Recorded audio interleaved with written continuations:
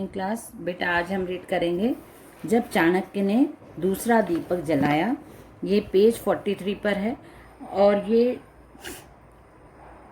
कहानी है, मतलब एक महामंत्री जो चाणक्य थे, तो उनके जो आदत थी या उनकी जो गुण थे उसके बारे में, और वो उनको क्यों इतना पूरे देश में आज भी चाणक्य नीति हमारे यहाँ इतनी प्रसिद्ध है। चाणक्य नीति क्या होती है? चाणक्य ने बहुत सारे नियम बनाए, बहुत सारी नीतियाँ बनाई देश को चलाने के लिए।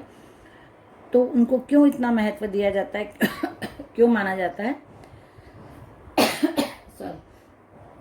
उसी का एक उदाहरण यहाँ पे उन्होंने कहानी के रूप में हमको दिया है।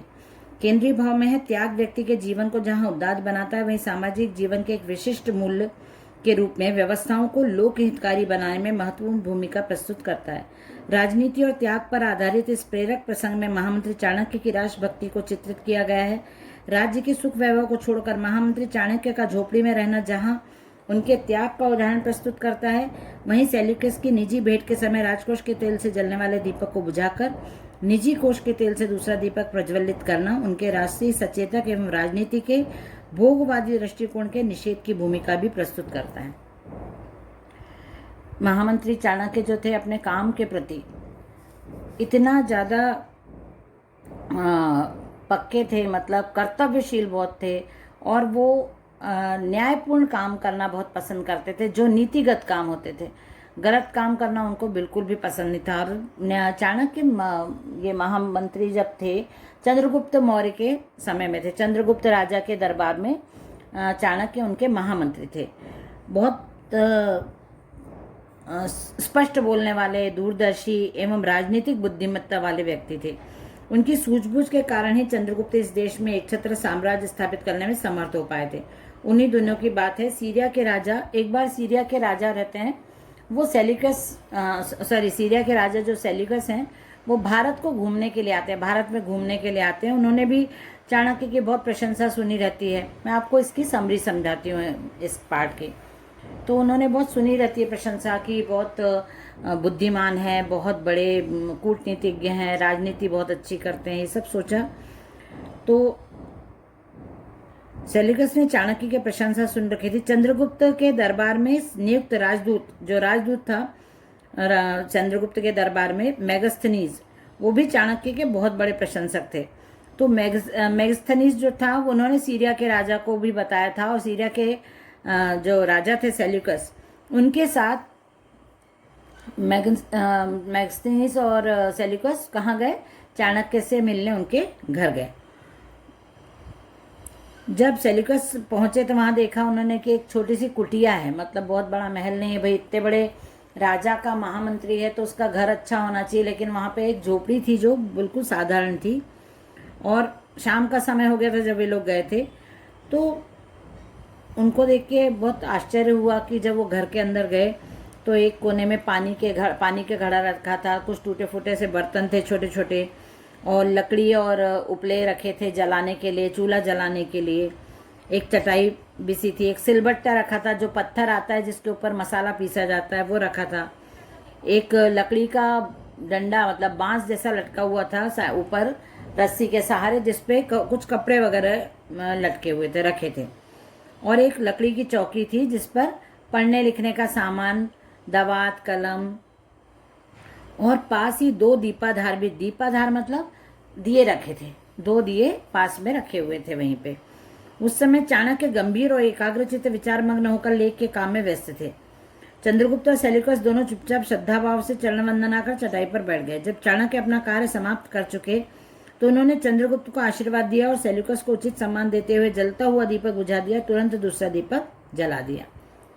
अब जब वो बहुत जरूरी काम कर रहे थे तो ये चंद्रगुप्त और राजा चंद्रगुप्त जो थे और सेल्यूकस वो चुपचाप बैठ गए एक ही जगह पे कि भाई एक जरूरी काम कर रहे हैं। जब उनका काम खत्म हुआ तो उन्होंने राजा चंद्रगुप्त, क्योंकि वो आचार्य थे वहाँ के, तो चंद्रगुप्त ने उनको प्रणाम किया चाणक्य को, तो उन्हें आशीर्वाद दिया।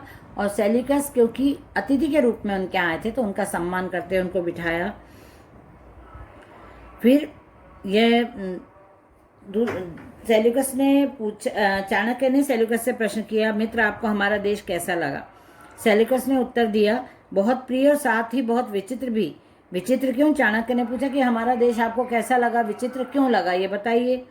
अभी अभी आपने एक दीपक को बुझाकर दूसरा जला दिया, कृपा करके शंका का समाधान करें, इसके पीछे क्या कोई रहस्य है?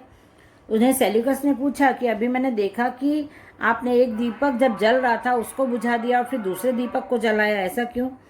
तो फिर उन्होंने बताया दूसरे दीपक को जलाने और पहले दीपक को बुझाने के पीछे कोई सनक या उन्माद या बेवकूफ़ी नहीं है।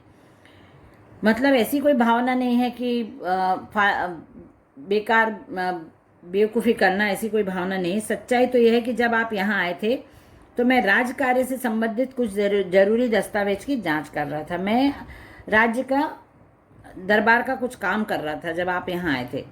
उस समय जो दीपक जल रहा था उसमें राजकोष के पैसों से तेल डाला गया था। वो जो दीपक हमारे यहाँ मेरे काम के समय पे जल रहा था, जो मैंने जिसको बुझाया है, वो मुझे राजकोष के पैसों से मिले तेल से जलाया है मैंने, क्योंकि मुझे राज का काम करने के लिए राजकोष से पैसे मिलते हैं। इस समय आपसे जो बातचीत करेंगे वह हमारी निजी होगी। इस कारण मैंने राजकीय दीपक को बुझाकर अपने कमाए हुए धन से खरीदा हुआ दीपक जलाया है। ऐसा करके मैंने कोई विचित्र काम नहीं किया। उन्होंने बोला, चाणक्य ने, कि अब आप मेरे घर आए हैं, अब मैंने राज्य का काम बंद कर दिया है, ऑफिस का काम बंद कर दिया, अब मैं व्यक्तिगत रूप से आपसे बातें करूंगा जो हमारी पर्सनल होंगी, निजी बातें हैं। और मैं अपना निजी समय जो व्यतीत करता हूँ वो मैं अपने खरीदे हुए, अपनी जो तनख्वाह मिलती है मुझे राज्य से, उससे खरीदे हुए पैसों से मैं वो दीपक जलाऊंगा। और ये ऐसा जलाया है मैंने, और ऐसा करके मैंने कोई विचित्र काम नहीं किया है। सेल्यूकस यह सुनकर दंग रह गए और सोचने लगे कि शायद ही ऐसे ऊंचे आदर्शों वाला महामंत्री किसी और देश या राज्य में होगा। सेल्यूकस को बहुत आश्चर्य हुआ कि इतना ध्यान रख के काम कर रहे हैं कि यदि राज्य का काम कर रहे हैं तो राज्य के पैसों से खरीदे हुए तेल से, और जो अपना व्यक्तिगत काम करते हैं, व्यक्तिगत समय व्यतीत करते हैं, तब अपने खरीदे हुए पैसों से वो दीपक जलाते हैं, अपने खरीदे हुए तेल से दीपक जलाते हैं। अब पेज नंबर 44। बेटा ये इतना सा एक छोटी सी स्टोरी थी, इससे हमको क्या समझ में आता है, हमने जो स्टोरी पढ़ी उससे आपको समझ में आया होगा कि वो कितने ईमानदार, अपने देश के प्रति, अपने काम के प्रति ईमानदार और कर्तव्यशील और बिल्कुल समझ सूझबूझ से काम लेने वाले, जो उचित है, जो न्यायगत है, जो न्याय संगत है, नीतिगत है, वही काम करने वाले व्यक्ति थे, है ना। तो ये हमने चाणक्य के बारे में पढ़ा। पेज नंबर 44 है, क्वेश्चन आंसर है, ये मैं कल आपको क्लास में करवा दूंगी। अब यहाँ पे कुछ वो दिए हैं शब्दार्थ, वो भी आप लोगों को पढ़ लेना चाहिए। दूरदर्शिता, दूर की बात सोचने का गुण या शक्ति। भव्य, सुंदर और या शानदार। जीर्ण शीर्ण, पुरानी, टूटी फूटी।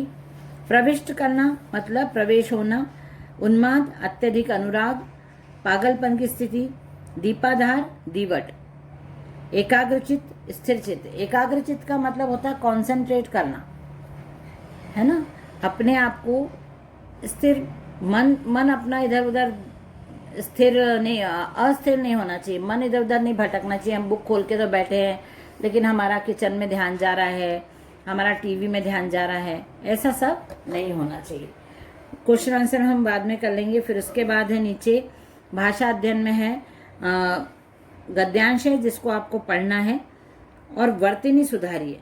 गद्यांश खत्म होता है, उसके बाद है वर्तनी सुधारिए। चरित्रवान, चरित्रवान में र में छोटी की मात्रा आ जाएगी।